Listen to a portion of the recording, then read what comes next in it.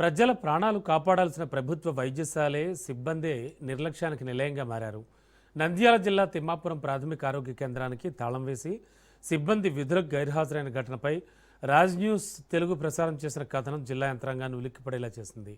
ఈ కథనంపై తక్షణమే స్పందించిన జిల్లా కలెక్టర్ రాజకుమారి సమగ్ర విచారణకు ఆదేశించారు. కలెక్టర్ ఆదేశాలతో జిల్లా స్పెషల్ ఆఫీసర్ స్వయంగా ఆసుపత్రిని సందర్శించారు, తనిఖీలు చేపట్టారు. అక్కడ నెలకొన్న దారుణ పరిస్థితులపై మరిన్ని వివరాలు మా ప్రతినిధి మధుసూదన్ అందిస్తారు.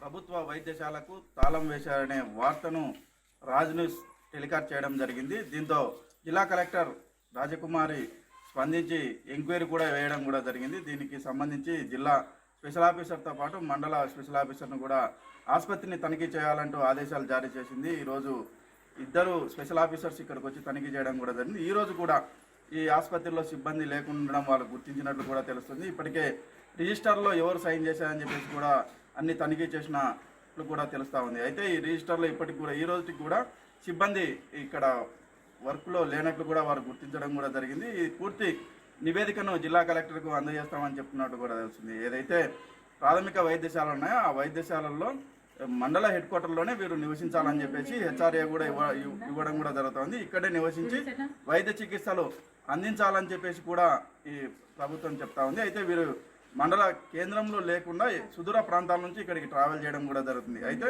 వారు ఇక్కడికి వచ్చేసరికి చాలా టైం పట్టే అవకాశం ఉంది. ఇక్కడ అందుబాటులో లేకుండా ఉన్నది. మామూలుగా అయితే 18 స్టాఫ్ ఉండాలి. ఇక్కడ ఆ 18 మందిలో 4 ఫీల్డ్ స్టాఫ్ ఉంటారు.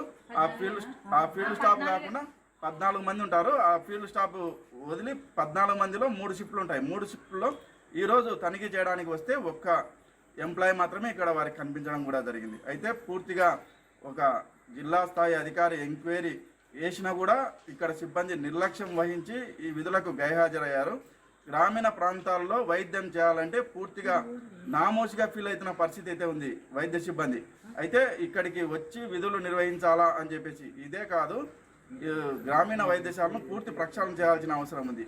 వైద్య ఆరోగ్య శాఖ చెప్తా ఉంది కోట్లు ఖర్చు పెట్టి పేద ప్రజలకు వైద్యం అందిస్తున్నామని చెప్పేసి.